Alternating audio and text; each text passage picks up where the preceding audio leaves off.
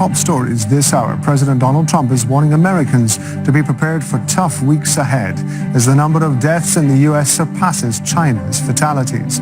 An emergency field hospital is being built in New York's Central Park to treat coronavirus patients. At least 33 sailors on board a U.S. nuclear-powered aircraft carrier have tested positive for the coronavirus. The captain of the Theodore Roosevelt has told the Pentagon that the virus is spreading uncontrollably and has called for immediate help to quarantine its crew. The outbreak shows no sign of slowing down in Europe. Spain and France have recorded their highest single-day death tolls, and more than 800 deaths have been reported in Italy.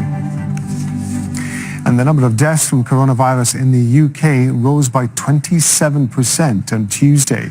A government minister has called the spike deeply shocking as the country's health service struggles to get a grip on the crisis. Rory Challens has more.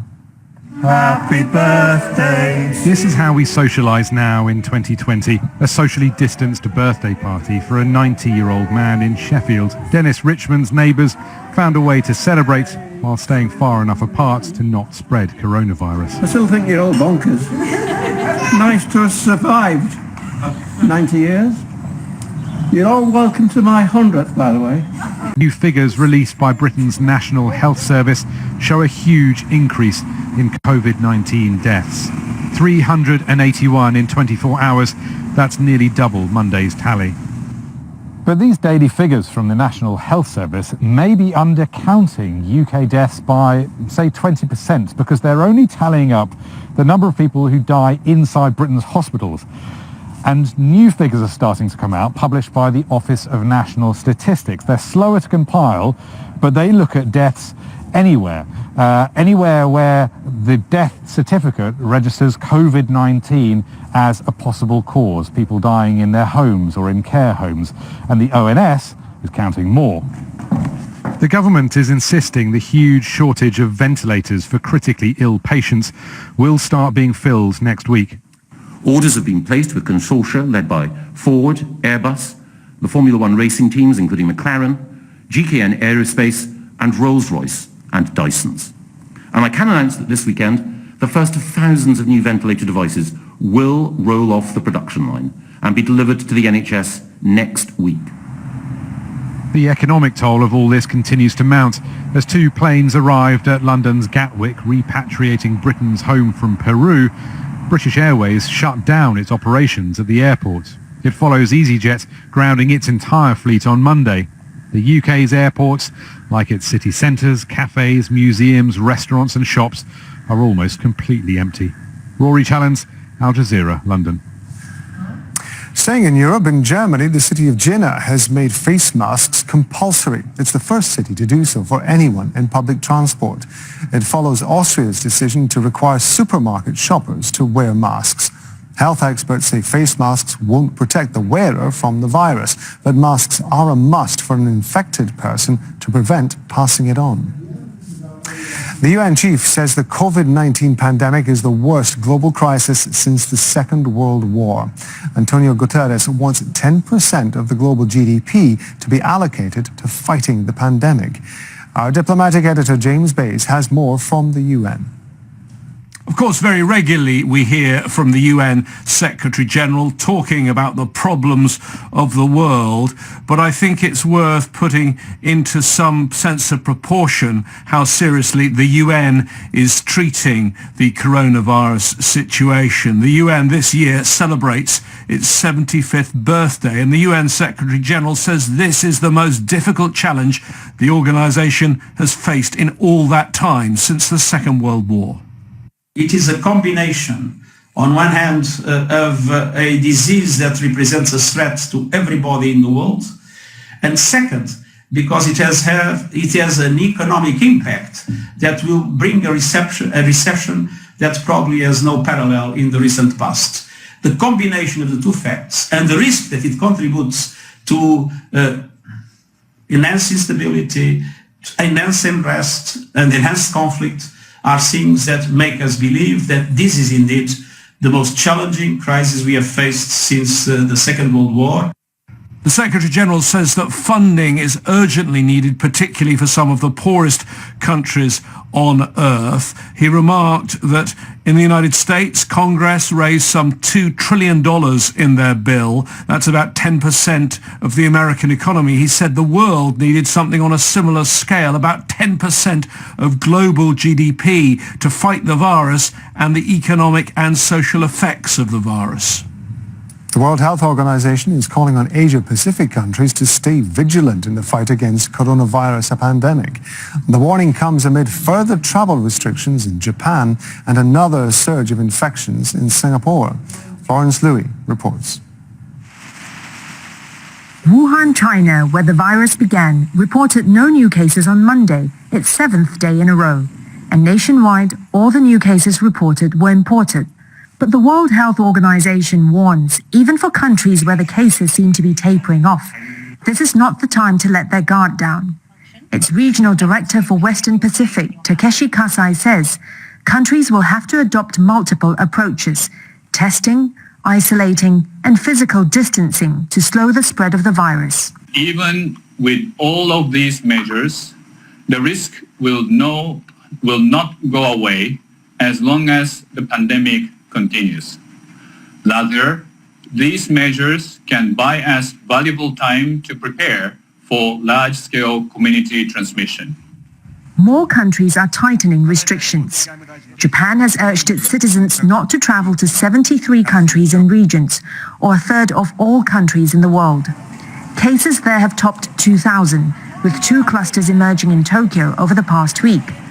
Last week, China banned foreigners from entering the country after seeing a rise in imported cases.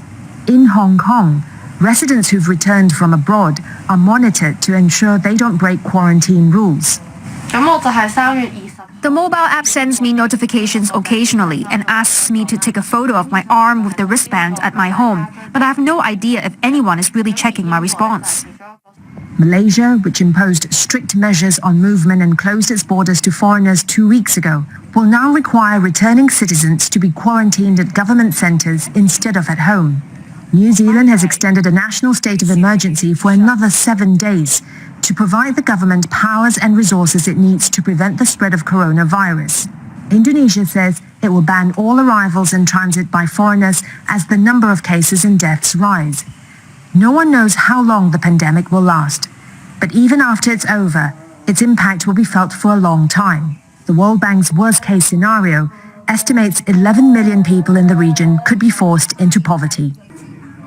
India is tracking down thousands of people who attended a gathering of Muslim leaders. Dozens of participants have since tested positive for coronavirus, and at least 10 have died. 700 have been sent to a quarantine center, while hundreds more are in hospital.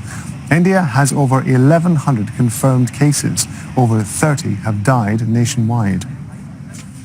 Police in South Africa are being accused of heavy-handed behavior after using tear gas and rubber bullets to break up a protest by health workers. The nurses at Bongani Regional Hospital were rallying over the lack of protective gear like gloves and masks. The hospital says the group was blocking the entrance and breaking restrictions on gatherings. Zimbabwe has begun implementing a 3-week lockdown to prevent the spread of coronavirus. Security forces have been deployed to enforce the restrictions, but there are concerns about the government's ability to fight the pandemic because of its struggling health sector. Harumutasa reports from Harare. Police in Harare block major roads as Zimbabwe begins a 21-day nationwide lockdown. If people can't prove why it's essential for them to travel to the city center, they are told to go back home. So I think maybe those measures being taken in place, that quarantine limitation of movement is something to do that to cover maybe the spread of the coronavirus. Other countries have also put in place similar measures in varying degrees. But Zimbabweans living with hyperinflation and high unemployment worry that closing down markets and non-essential businesses will mean less cash for millions already struggling. I don't think 21 days is going to be a success. I don't think so. Even 1 week is going to be too hard for us. On day 1 of the lockdown, Harare streets were largely deserted. Health officials say they are ready to minimize the impact of the outbreak should there be more infections. Now only transport operators for the state are allowed to work. They are needed for people who are in essential services. The government has also closed borders and banned large gatherings. Pharmacies, fuel stations and supermarkets can stay open during the 3-week lockdown. But daily water, fuel and food shortages means queuing for hours looking for basic commodities. Practicing coronavirus prevention methods such as social distancing is nearly impossible for many. It's a dilemma between heading out to provide for their family or staying at home. Ethiopia is postponing national elections in response to the pandemic. The polls set for August will be the first since Prime Minister and Nobel Prize winner Abiy Ahmed came to office in 2018. He's carried out wide-ranging reforms over the last 2 years. Ethiopia has 26 confirmed COVID-19 cases. Factories in Gaza are ramping up production of medical equipment to tackle coronavirus. The territory has confirmed just 10 cases, but health officials fear a wider outbreak could have devastating effects. Harry Fawcett has more. At Queentex, this is anything but business as usual. The company, which provides clothing and blankets to Gaza's health sector, had largely switched from manufacturing to importing what it could get through the Israeli and Egyptian blockade. But now it's rehiring laid-off employees to make just one product, medical-grade coveralls for health workers preparing to confront the coronavirus. Now we're getting an income. We can buy food for our children and get them what they need. Before the coronavirus, we could just get a bit of seasonal work. Co-owner Hassan Alwan is, for now at least, rare in Gaza, someone who's seen the effects of the pandemic up close. He'd been living in China for 15 years, sourcing the company's products. When the virus started to spread, he was quarantined there for 2 weeks before deciding to come home. I knew the virus would reach us here. I wanted to import the suit from China, but it would have taken too long. So I got all the specifications from Chinese friends and decided to produce it here. We found the raw materials and made a prototype, and I got the Ministry of Health's approval.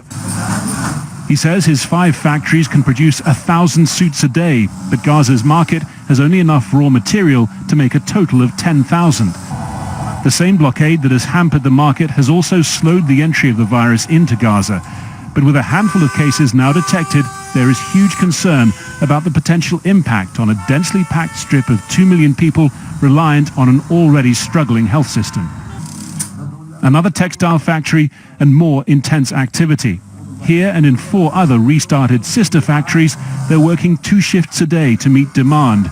But these masks aren't for Gaza, they're going to the occupied West Bank and to Israel. In the past, Gaza factories had been working around the clock to supply Israeli, West Bank and Gaza markets. But because of the Israeli siege, we all stopped our production lines.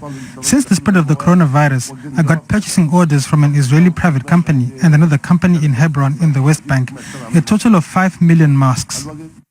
Haboob has rehired more than 150 unemployed workers to fulfill the massive orders. But while he and his employees are glad of this sudden surge in demand, there's also a fear that it could be the prelude to a devastating new crisis for Gaza's economy and the health of its people.